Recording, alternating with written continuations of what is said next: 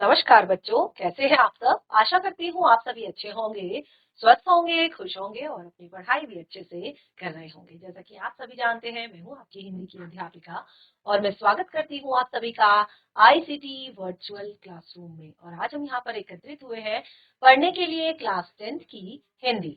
Class 10th की हिंदी में हम यहाँ पर पढ़ रहे हैं अपनी कृतिका पाठ्य पुस्तिका भाग 2 का पाठ 2, जिसका नाम है साना साना हाथ जोड़ी और जिसकी लेखिका है मधु कांकरिया जी। तो आपने देखा कि मधु कांकरिया जी ने यहाँ पर यात्रा वृतांत लिखा है, किस तरह से वो गैंगटॉक से युमथांग तक की जो यात्रा है उसको कर रही है।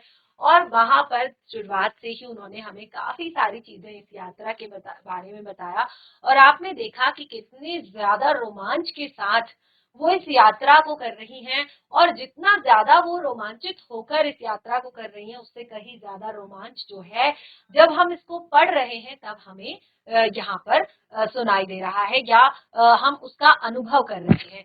तो आपने देखा कि किस तरह से मधु कांकरिया जी ने काफी सारी बातें इसमें बताई हैं। तो सबसे पहले जैसे कि उन्होंने गैंगटॉक शहर की खूबसूरती के विषय में बताया था कि जब वो प्रवेश करती हैं गैंगटॉक शहर में तो वो देखती हैं कि जब ऊपर पहाड़ों से वो जा रही हैं और किस तरह से जो नीचे का जो दृश्य है वो रात के समय में ऐसा लगता है जैसे आसमान उल्टा पड़ा हुआ हो, यानी कि पूरे जो गैंगटॉक शहर आप देख रहे हैं वहां की जो सुंदरता है वो ऐसी लगती है जैसे कि आसमान उलट गया हो, यानी कि जितने भी चांद सितारे हैं वो धरती पर बिखर गए हो। तो इतनी सुंदर वहां की का नजारा लगता है। और वो कहती हैं कि वहां की रातें ही नहीं, वहां की सुबह, वहां की दोपहर, यानी कि वहां का हर हर जो समय है वो बहुत ही ज्यादा खूबसूरत है, बहुत ही ज्यादा सुंदर है। और वहां की जो सुबह होती है उसको देखकर उनके होठों पर, जो कि उन्होंने सुबह ही एक नेपाली युवती से सीखी है, प्रार्थना आ जाती है, साना साना हाथ जोड़ी गर्दहु प्रार्थना, जिसका मतलब होता है छोटे छोटे हाथ जोड़कर प्रार्थना करना। तो बहुत ही सुंदर तरीके से उन्होंने यहाँ पर अपनी यात्रा को बताया है। और देखिए आगे हम बताते हैं इसमें हमने क्या कुछ पढ़ लिया है अभी तक। तो सबसे पहले देखिए लेखिका का परिचय हमने यहाँ पर थोड़ा सा एक बार मैं लेखिका का परिचय आपको यहाँ पर दे दूं कि जो मधु कांकरिया जी हैं उनका जन्म 1957 में कोलकाता में हुआ था और उन्होंने कोलकाता विश्वविद्यालय से ही अर्थशास्त्र में एमए किया था और साथ ही कंप्यूटर एप्लीकेशन में डिप्लोमा भी उन्होंने लिया था। और मधु कांकरिया जी की रचनाओं में विचार और संवेदनाओं की नवीनता हर जगह देखी गई है। उन्होंने कई सुंदर यात्रा वृतांत लिखे हैं और उनकी प्रमुख रचनाएं हैं पत्ताखोर, जो कि एक उपन्यास है, सलाम आखिरी, खुले गगन के लाल सितारे, बीतते हुए अनंत, अंत में ईशु, ये इनके कहानी संग्रह है। तो इस तरह से यहाँ पर हमने मधु कांकरिया जी के बारे में भी कुछ आप लोगों से शेयर किया। और उसके बाद देखिए यहाँ पर उन्होंने जब वो आगे बढ़ती हैं,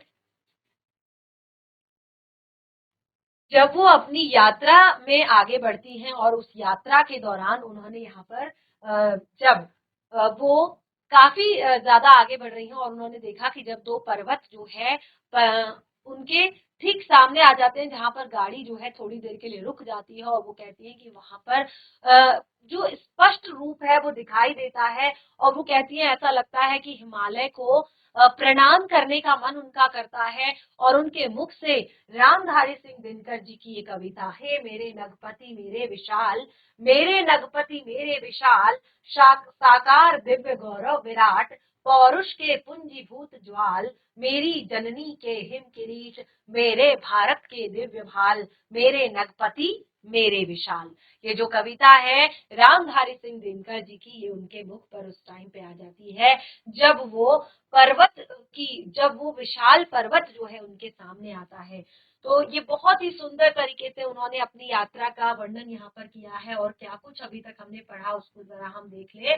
तो ये हिमालय का संदेश, अब यहाँ पर हिमालय का संदेश जो है वो भी यहाँ पर एक, जो कि सोहन लाल द्विवेदी जी द्वारा कविता लिखी गई है, खड़ा हिमालय बता रहा। देखिए ये जो जितने भी ये पर्वत हैं, ये कुछ ना कुछ हमारे लिए संदेश लेकर आते हैं, हमारे लिए कुछ ना कुछ इनका इनकी वैल्यू होती है। तो केवल जैसे मैंने आपको बताया कि केवल खूबसूरती के लिए ही नहीं, केवल एक तरह से ये खड़े रहने के लिए ही नहीं होते, बल्कि बहुत सारी चीजें इनसे होती है। तो क्या हिमालय संदेश दे रहा है हमें? हिमालय, खड़ा हिमालय बता रहा है डरो न आंधी पानी में। खड़ा हिमालय बता रहा है डरो न आंधी पानी में, खड़े रहो तुम अविचल होकर, खड़े रहो तुम अविचल होकर सब संकट तूफानी में।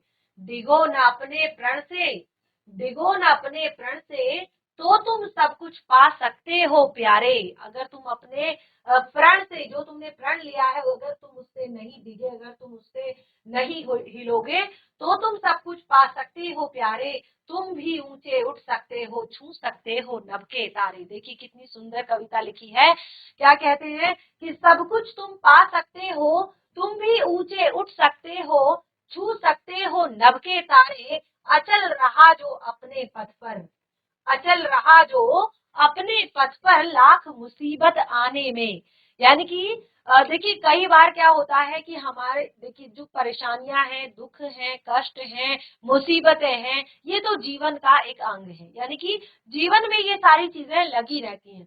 लेकिन जो इंसान इन मुसीबतों से, इन परेशानियों से, इन दिक्कतों से, इन कष्टों से दुखी होकर, परेशान होकर ठहर जाता है, कहता है नहीं, अब मुझसे नहीं हो सकता। कई बार बच्चे असफल हो जाते हैं अपने प्रयास में। कई बार हम कोई कॉम्पिटिटिव एग्जाम देते हैं, या कई बार हम कुछ और तैयारी कर रहे होते हैं, तो हर बार ऐसा नहीं होता कि हम पास हो जाएं, या हर बार ऐसा नहीं होता कि हम उसमें सफल हो जाएं। कई बार असफलता भी हाथ लगती है। तो इसका मतलब ये नहीं कि हमारा जीवन खत्म हो गया है, जीवन में आने वाले एक तरह से संभावनाएं खत्म हो गई हैं। तो हमें लगातार कोशिश करनी है, हमें जीवन में आगे बढ़ना है, हमें रुकना नहीं है। यही यहाँ पर कहा है, अचल रहा जो अपने पथ पर। यानी कि जो विचलित नहीं हुआ, जो डिगा हटा नहीं, कि जो डिगा रहा बिल्कुल ये सोचकर कि आज नहीं तो कल तो सफलता मिलेगी ही मिलेगी। तो क्या कहा है, अचल रहा जो अपने पथ पर, लाख मुसीबत आने में मिली सफलता जग में उसको, जीने में मर जाने में। मिली सफलता जग में उसको, जीने में मर जाने में। सफलता तो मिलेगी ही, चाहे फिर वो कभी भी मिले। तो इस तरह से यहाँ पर हिमालय का एक सुंदर संदेश भी यहाँ पर उन्होंने दिया है, और बहुत ही सुंदर तरीके से। और मैं आशा करती हूँ कि अब आपको चैप्टर और भी ज्यादा जो है इंटरेस्टिंग लगने लगा होगा। काफी सारी चीजें हमने इसमें पढ़ ली हैं। तो जैसे यहाँ पर कंचनजंगा पर्वत के विषय में बताया था लेखिका ने, तो कंचनजंगा पर्वत की क्या विशेषता है, जरा सा ये देख लेते हैं। कंचनजंगा विश्व की तीसरी सबसे बड़ी चोटी है, और इसकी ऊंचाई लगभग 8,586 मीटर, यानी कि कम से कम 28,169 फीट की है। तो ये आपकी कंचनजंगा पर्वत जो है, इसके बारे में जान लीजिए। इसको चित्र में देख लीजिए कि यह पर्वत एक तरह से विश्व की सबसे बड़ी तीसरी चोटी है। और इसके ये पर्वत वृहद हिमालय श्रृंखला का भाग है। ये जो कंचनजंगा पर्वत है, ये वृहद हिमालय की जो श्रृंखला है उसका एक भाग है, उसका एक पार्ट है। ये भारत की सबसे ऊंची चोटी है। ये क्या है, भारत की सबसे ऊंची चोटी है। कंचनजंगा शब्द तिब्बती भाषा के कंचन और जंगा को जोड़कर बना है, जिसका अर्थ होता है महान बर्फ की 5 खजाने। महान बर्फ की 5 खजाने, क्योंकि यहाँ पर 5 चोटियां हैं। कंचनजंगा पर्वत जो है उस पर 5 चोटियां एक साथ हैं, तो इसीलिए इसको क्या कहा है, महान बर्फ की 5 खजाने। तो इस तरह से ये आपका कंचनजंगा पर्वत भी आपने देखा। इसके बारे में भी लेखिका ने यहाँ पर डिस्कस किया है, और साथ ही आगे उन्होंने यहाँ पर गैंगटॉक के बारे में बताया है। और यहाँ पर जो गैंगटॉक शहर की जो बातें हैं वो उन्होंने बताई, जो मैंने शुरुआत में जैसे आपको बताया। तो गैंगटॉक शहर को मेहनतकश बादशाहों का शहर कहा जाता है, जो कि 1435 मीटर ऊंचाई पर, यानी कि 1435 मीटर की ऊंचाई पर ये स्थित है। और 1435 मीटर की, और यह सिक्किम राज्य की राजधानी है। गैंगटॉक क्या है, सिक्किम राज्य की राजधानी है। और यहाँ से हिमालय की चोटी कंचनजंगा का मनोहारी दृश्य दिखाई देता है। जो गैंगटॉक है, यहाँ से हिमालय की जो चोटी है कंचनजंगा, वहां का बहुत ही सुंदर मनोहारी दृश्य जो है दिखाई देता है। गैंगटॉक मठों की नगरी तथा बौद्ध तीर्थ स्थल है। गैंगटॉक क्या है? मठों की नगरी है और बौद्ध तीर्थ स्थल भी है। तो ये है कुछ गैंगटॉक शहर के बारे में। और आप देख सकते हैं वहां की सुंदरता, वहां की खूबसूरती, और ये लेक आप देख सकते हैं जो पहाड़ों की ऊंचाई पर चढ़ते हुए लेखिका अभी आगे जिसके बारे में डिस्कस यहाँ पर कर रही थी और आगे भी करेंगी। उसके बाद यहाँ पर गैंगटॉक के बारे में कुछ और बातें उन्होंने बताई है, जैसे कि आप चित्र में भी देख सकते हैं कितनी ज्यादा सुंदर लग रही है ये जगह। और बिल्कुल आप देख सकते हैं रात के समय पर तो यहाँ का दृश्य जो है बहुत ही मनमोहक होगा। जो आपने देखा कि किस तरह से लेखिका ने बताया है, ऐसा लगता है कि आसमान जो है ऐसा लग रहा है कि धरती पर उल्टा पड़ा हो। तो यहाँ का तापमान वर्ष पर्यंत 22 से 25 डिग्री रहता है। जो गैंगटॉक है, यहाँ का तापमान वर्ष पर्यंत यानी कि साल भर ना तो बहुत ज्यादा गर्मी पड़ती है ना बहुत ज्यादा ठंड होती है। टेम्परेचर लगभग 22 से 25 डिग्री यानी कि एक नॉर्मल रूम टेम्परेचर यहाँ पर रहता है हमेशा। यह एक मनोरम पर्यटन स्थल है। पर्यटन यहाँ के लोगों का मुख्य आय है। गैंगटॉक जो है, यहाँ के लोगों का जो मुख्य आय है वो पर्यटन से है।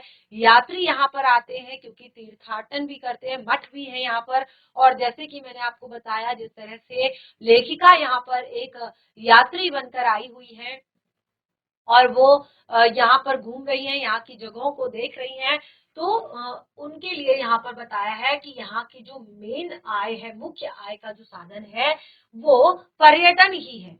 यानी कि यहाँ पर जो बाहर के लोग आते हैं, घूमने फिरने के लिए आते हैं या एक तरह से देखने के लिए आते हैं, मठों में घूमने के लिए आते हैं, या बाहर के जो तीर्थ यात्री आते हैं उनकी ही बदौलत जो है यहाँ का पूरा व्यवसाय चलता है।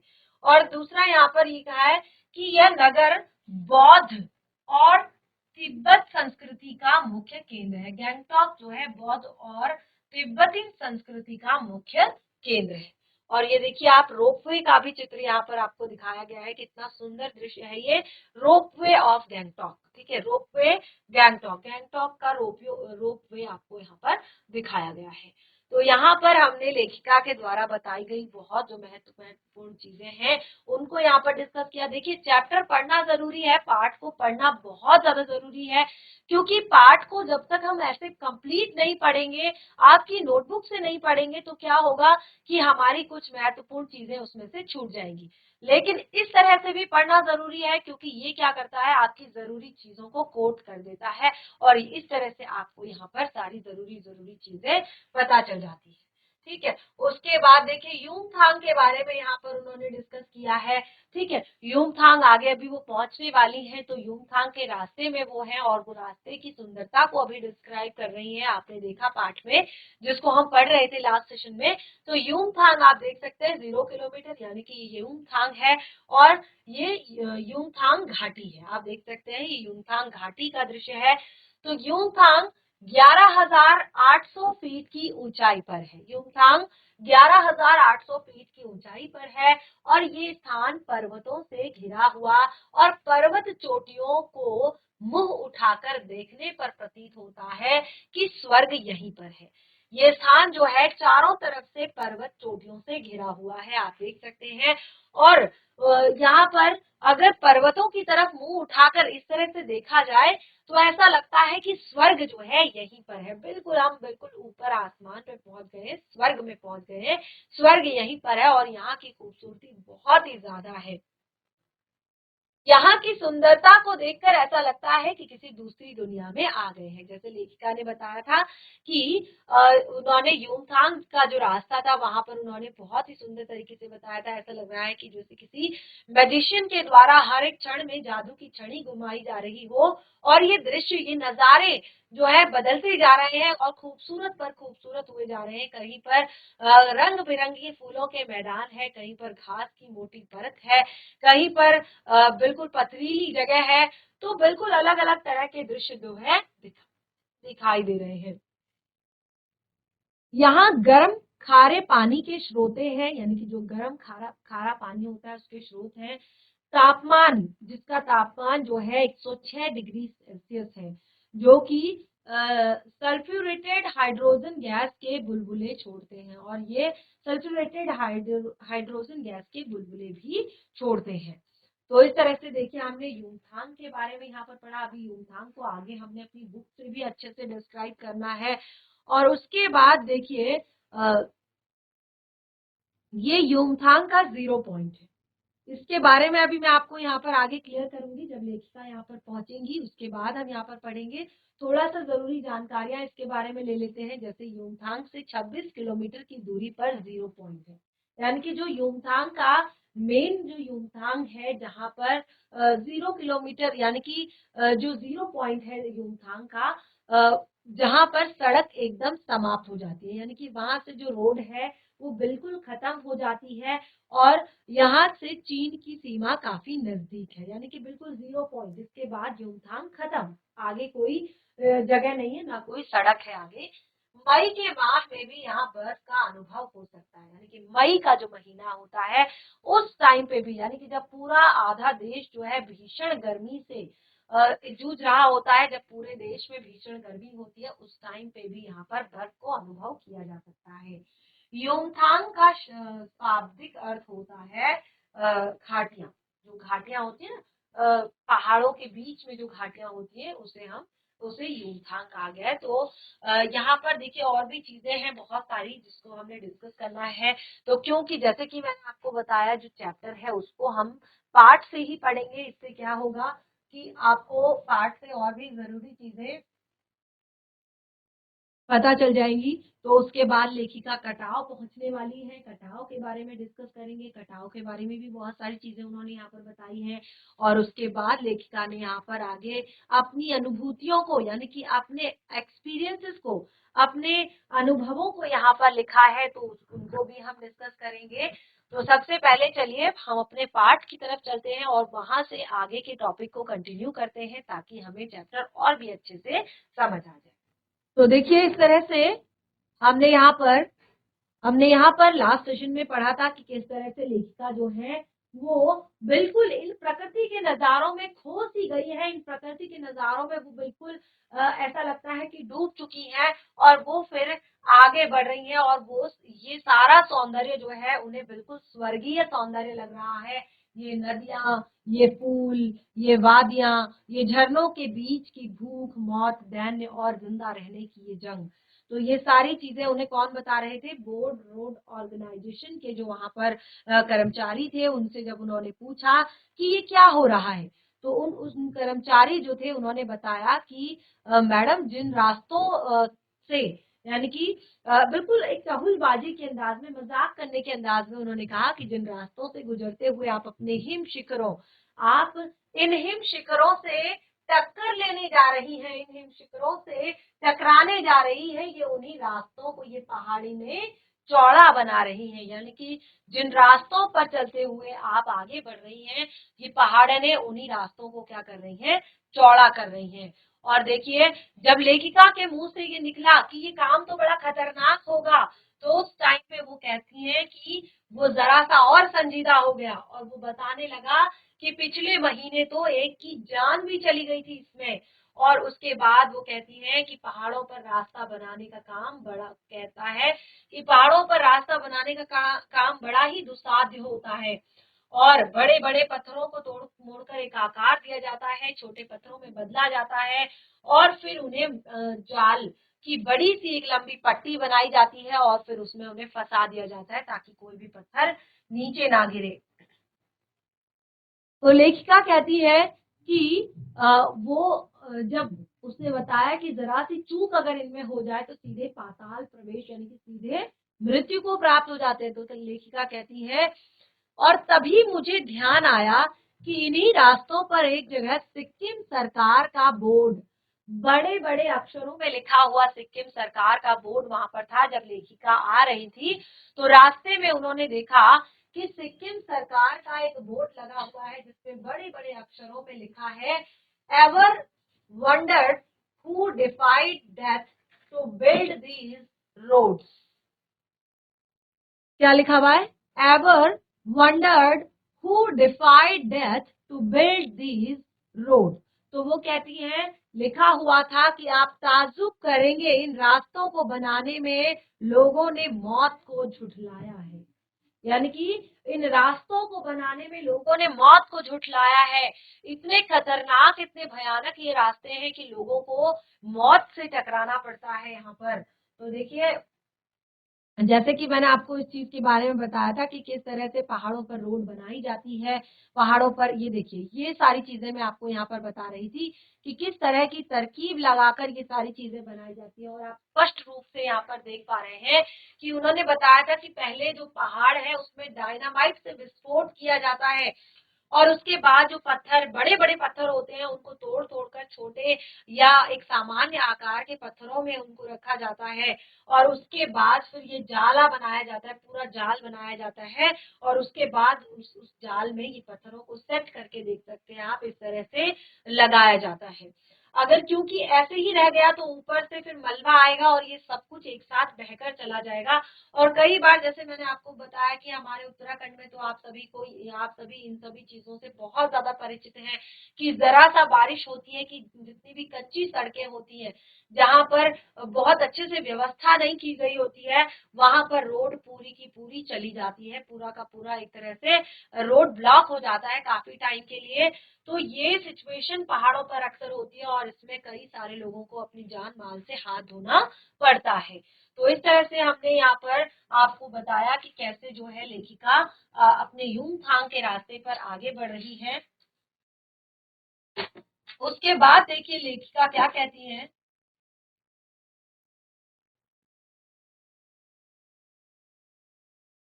लेखिका कहती है इन पत्थरों को तोड़ती पहाड़नों के हाथ में पड़े ठाठे एक ही कहानी को कह रहे हैं। ठाठे क्या होता है, जब पत्थर तोड़ के हाथ जो है बहुत ज्यादा टाइट हो जाते हैं, बहुत ज्यादा स्ट्रांग हो जाते हैं और जहां पर इस तरह से इन जगहों पर, हथेलियों पर, इन जगहों पर जो है बड़े बड़े क्या पड़ जाते हैं, फफोले से बन जाते हैं, बड़े बड़े एक तरह से, जैसे यहाँ पर लिखा हुआ है ठाठे पड़ जाना, ठाठे पड़ जाना।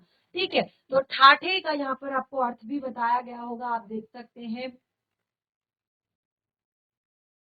हाथों में पड़ने वाली गांठें या निशान, जैसे मैंने आपको बताया ना, बिल्कुल टाइट टाइट गांठें सी बन जाती हैं इन जगहों पर।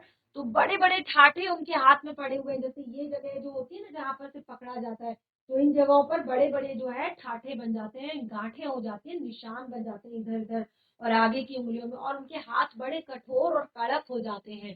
तो लेखिका कहती है इन पत्थरों को तोड़ती पहाड़ों के हाथों में बड़े बड़े ठाठे एक ही कहानी कह रहे हैं कि आम जिंदगियों की कहानी हर जगह एक जैसी है। और वो इन सभी के हाथों में पड़े हुए जो ये ठाठे हैं, वो एक ही कहानी को कह रहे हैं कि आम जिंदगियों की कहानी जो है हर जगह एक ही है, चाहे फिर वो शहर के हो, चाहे फिर वो गांव के हो, चाहे फिर वो पहाड़ों के हो, चाहे वो प्लेन्स एरिया के हो। ठीक है ना। तो इस तरह से वो कहती है कि सारी मलाई एक तरफ और सारे आंसू आभाव और वंचना एक तरफ, यानी कि अभी तक जो चीजें हैं वो लगभग सामान्य किसी के लिए भी नहीं हुई है। जैसे कहा कि सारी मलाई एक तरफ, सारी मलाई यानी कि जो अच्छी अच्छी चीजें हैं, सारी फैसिलिटीज है, सारी सुविधाएं हैं, सारी एक तरह से सारा प्रबंध है, वो सब एक तरफ है, सिर्फ बड़े लोगों के लिए है, उच्च वर्ग के लोगों के लिए है। और जितनी भी ऐसी चीजें हैं जो कि छोटे लोगों के लिए, निम्न वर्ग के लोगों के लिए जरूरी होती है, वो उनको उपलब्ध नहीं है और उनकी आंखों में तो आंसू, अभाव, यातना और वंचनाएं ही है, चाहे फिर वो पहाड़ हो, चाहे फिर वो मैदान हो, चाहे फिर वो किसी भी जगह हो। तो लेखिका कहती है और तभी मेरी सहयात्री, अब लेखिका अपनी सहयात्री यानी कि जो उनके साथ में यात्रा कर रही है, वो कहती है कि तभी उनकी सहयात्री मणि और जितेन मुझे खोजते खोजते वहां तक आ गए। और देखिए ये सोचते सोचते, जैसे मैंने आपको बताया कि लेखिका जो है काफी आगे निकल गई है, बहुत ज्यादा आगे बढ़ गई है और तभी उनकी जो ये तंद्रा है वो वहां पर टूटती है और वो देखती है कि कुछ पहाड़ने जो है वहां पर काम कर रही है। और तभी उनकी सहयात्री जो है मणि और उनका जो ड्राइवर कम जो गाइड है जितेन, वो वहां पहुंच जाते हैं उन्हें ढूंढते ढूंढते, यानी कि उनके पीछे पीछे चलते आते हैं कि आखिर वो कहाँ चली गई। तो जितेन मुझे गमगीन देखकर जितेन कहने लगता है, क्योंकि ये सोचकर कि जो अमीर लोग हैं कितनी भी देखिए कैसे भी सिचुएशन अगर अच्छी कर ले, देश की कितनी भी सिचुएशन अगर अच्छी कर ले, तो एक तरह से हो रहा है कि उच्च वर्ग तो और उच्च वर्ग होता जा रहा है और निम्न वर्ग जो है और निम्न वर्ग होता जा रहा है। यानी कि इन दोनों के बीच का जो डिफरेंस था, जो फर्क था, उसको मिटाने के बजाय, उसको कम करने के बजाय, यानी कि दोनों में बराबरी करने के बजाय ये जो गैप है ये बढ़ता जा रहा है और सारी सुख सुविधाएं एक तरफ, सारे दुख दर्द एक तरफ होते जा रहे हैं। तो वो जैसे ही लेखिका ने ये सारी चीजें वो सोच रही थी तो उनका चेहरा थोड़ा सा गमगीन हो गया था। तो उन्हें देखकर जितेन कहता है, मैडम ये मेरे देश की आम जनता है। क्या कहता है? मैडम ये मेरे देश की आम जनता है, इन्हें तो आप कहीं भी देख लेंगी, यानी कि आपको इनके लिए आप मतलब स्पेशल आपको पहाड़ों पर आने की जरूरत नहीं है, क्योंकि पहाड़ों पर तो आप के लिए आए हैं वो आपने यहाँ पर देखना है। ये तो मेरे देश की आम जनता है, इसको आप कहीं भी देख लेंगी, जहां भी आपको लगेगा कि यहाँ पर जो है स्थिति थोड़ा खराब है तो आप वहां पर इन्हें देख सकते हैं। आप इन्हें नहीं, पहाड़ों की सुंदरता को देखिए जिसके लिए आप इतने पैसे खर्च करके आई हैं। वो कहते हैं कि मैडम आप इन्हें नहीं, क्योंकि ये आम जनता है, ये तो आपको कहीं भी मिल जाएगी, लेकिन आप जिसके लिए यहाँ पर इतने पैसे खर्च करके आई हैं, पहाड़ों को देखने के लिए, यहाँ के सुंदर नजारों को देखने के लिए, यहाँ की बर्फ को देखने के लिए, तो आप उसे देखिए। तो लेखिका कहती है अपने मन में कि ये देश की आम जनता ही नहीं, जीवन का प्रति संतुलन भी है। ये देश की आम जनता ही नहीं, जीवन का प्रति संतुलन, जीवन का संतुलन भी है। ये वेस्ट एट रिपेइंग, ये वेस्ट एट रिपेइंग, यानी कि काम कम लेना और काम कम लेना और ज्यादा देना। ठीक है, तो यहाँ पर वो क्या कहती है कि ये वेस्ट कम रिपेयरिंग है। ये एक तरह से इनमें इनसे काम लिया जाता है और कम दिया जाता है इन्हें। कितना काम लेकर ये समाज को कितना अधिक लौटा देती हैं, यानी कि ये पैसे बहुत कम लेती हैं और काम कितना ज्यादा करती हैं, यानी कि मेहनत कितनी ज्यादा होती है इनकी। इनका पूरा दिन, जैसे कि मैंने आपको बताया, ये अपने छोटे छोटे बच्चों को भी डोके जो होते हैं, जो बांस की जो टोकरियां होती है बड़ी बड़ी, उनमें डालकर बिठाकर वो यहाँ पर लेकर आती हैं और उनके हाथ आपने देखे कितने कड़क हो चुके हैं।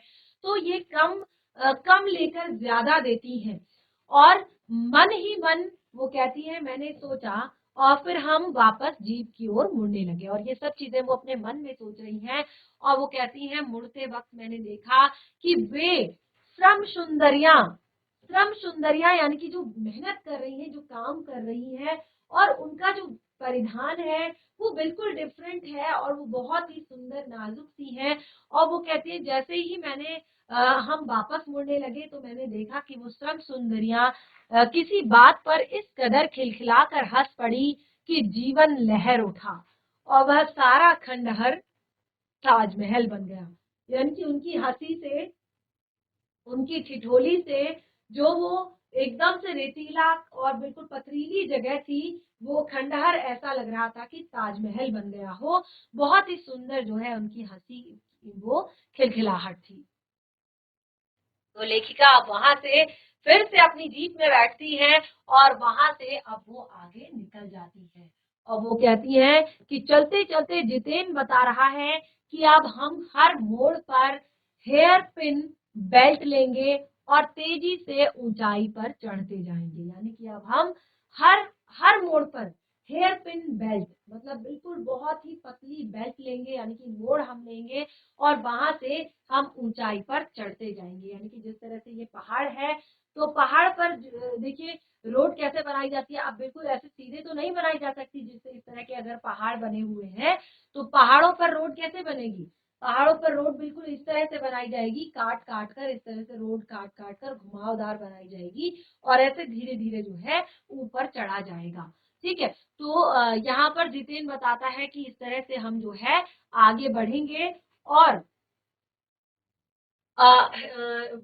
जब वो एक पड़ाव पर पहुंचे, यानी कि हेयर पिन बेल्ट के एक पड़ाव पर पहुंचे, तो तब उन्होंने देखा कि 7-8 वर्ष की उम्र के ढेर सारे पहाड़ी बच्चे स्कूल से लौट रहे हैं। अब देखिए कितने दुर्गम स्थान पर वो रहते हैं और वो भी 7-8 वर्ष के, यानी कि छोटे से फर्स्ट सेकंड क्लास में पढ़ने वाले छोटे छोटे से बच्चे, ढेर सारे बच्चे, पहाड़ी बच्चे स्कूल से लौट रहे हैं और हमसे लिफ्ट मांग रहे हैं। देखिए वो उनसे लिफ्ट क्यों मांग रहे हैं, क्योंकि अक्सर वहां से इस तरह की टूरिस्ट गाड़ियां या आर्मी वालों की गाड़ियां जो है चलती रहती है और जिससे उनको थोड़ा बहुत कभी ना कभी लिफ्ट मिल जाती है और वो जल्दी घर पहुंच जाते हैं, वरना 4 से 5 किलोमीटर की चढ़ाई उतराई उन्हें करनी पड़ती है अपने घर पहुंचने के लिए। और लेकिन कभी जब उन्हें इस तरह से कोई लिफ्ट मिल जाती है किसी किसी यात्रियों द्वारा या किसी आर्मी वालों द्वारा, तो उनको बहुत अच्छा लगता है, तो वो बच्चे उनसे लिफ्ट ले रहे हैं। जितेंद्र ने बताया कि हर दिन 3-3.5 किलोमीटर की पहाड़ी चढ़ाई चढ़कर ये बच्चे स्कूल जाते हैं। तो लेखिका कहती है कि मैंने उनसे पूछा कि क्या स्कूली बस नहीं है, यानी कि क्या यहाँ पर कोई स्कूल बस नहीं है। मणि के पूछने पर मणि जो है लेखिका की जो सहयात्री है, उन्होंने जब पूछा कि यहाँ पर क्या कोई स्कूल बस नहीं है जो इनको इस तरह से पैदल जाना पड़ता है, तो मणि के पूछने पर जितेंद्र जो है हंसने लगा और कहता है, मैडम ये मैदानी नहीं पहाड़ी इलाका है, मैदान की तरफ या मैदान की तरह यहाँ पर आपको कोई चिकना और बर्फीला नहीं मिलेगा, यानी कि एकदम से होता है ना जो मोटा ताजा बिल्कुल बढ़े हुए पेट वाला बर्फीला, यानी कि मैदानों की तरह यहाँ पर आपको कोई मोटा ताजा इंसान चिकना, यानी कि बहुत ही नाजुक और मोटा ताजा पेट निकला हुआ इंसान जो कि थोड़ा बहुत चल ना सके, वो कहता है कि मैडम ये यहाँ की मैदान की तरह आपको कोई चिकना और बर्फीला नहीं मिलेगा, यहाँ का जीवन कठोर है।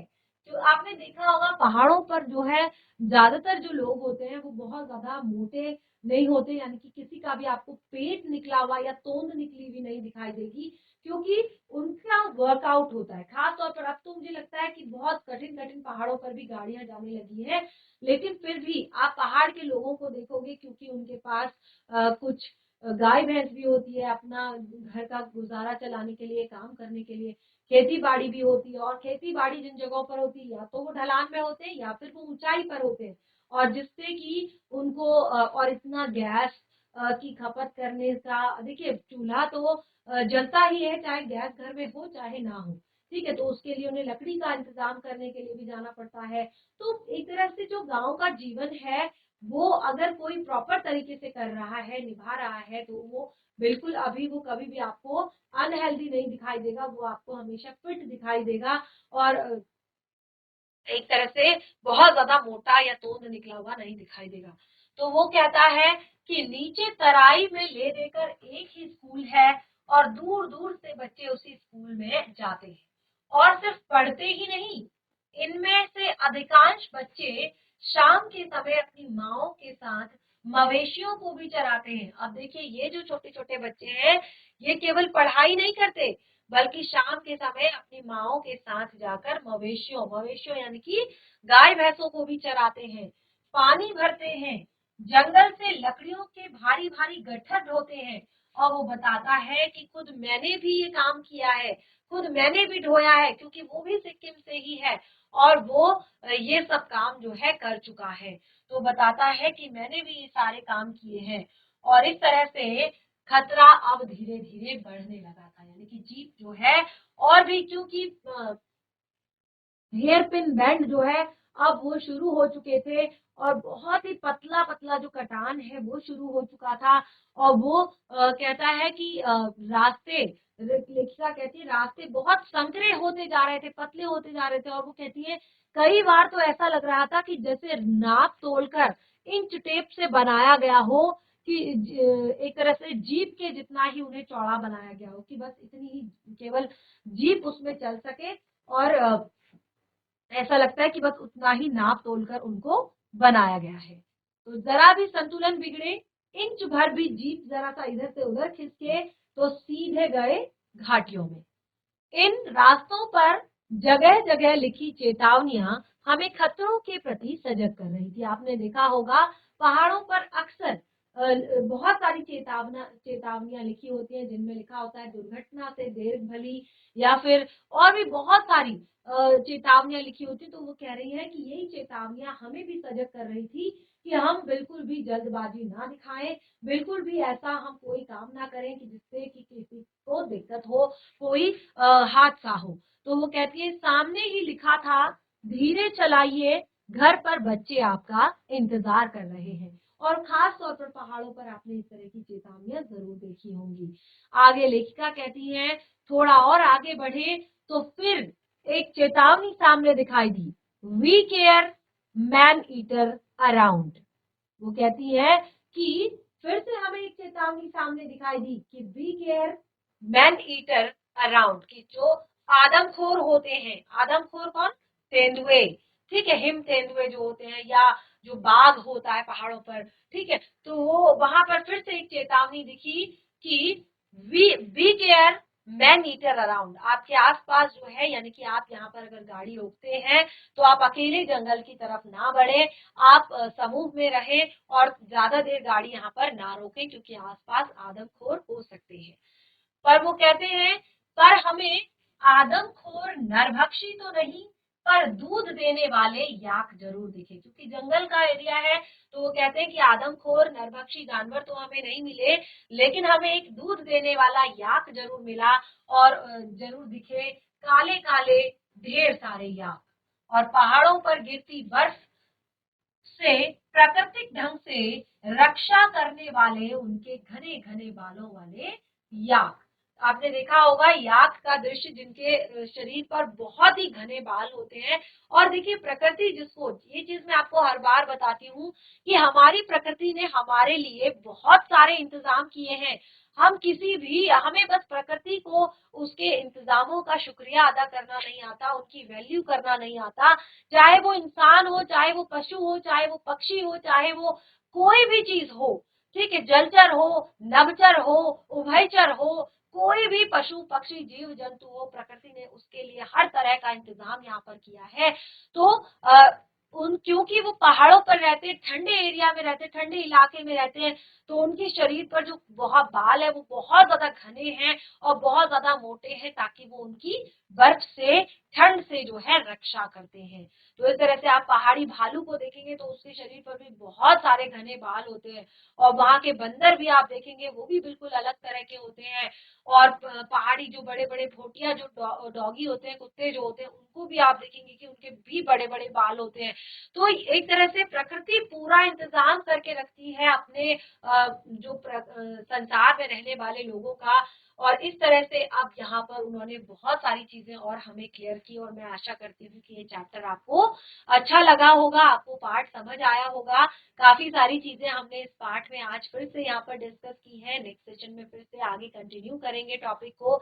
और आप देख रहे हैं कि रोज हमें यहाँ पर नई नई चीजें जो है समझ में आ रही है, रोज नई नई चीजें हम यहाँ पर पढ़ रहे हैं, समझ रहे हैं, सुन रहे हैं। तो इसी तरह से आगे भी हम यहाँ पर और भी इंटरेस्टिंग चीजें पढ़ेंगे। जैसे कि मैंने आपको बताया, लेखिका यहाँ पर आगे कटाव को डिस्कस करने वाली है, और उसके बाद और भी ज्यादा महत्वपूर्ण चीजें इस पार्ट में हैं। तो जितना भी पढ़ा है उसको घर पर रिवाइज करें। कोई भी डाउट, कोई भी दिक्कत परेशानी हो तो उसे नेक्स्ट सेशन में जरूर क्लियर करें। तब तक के लिए धन्यवाद। आपका दिन शुभ।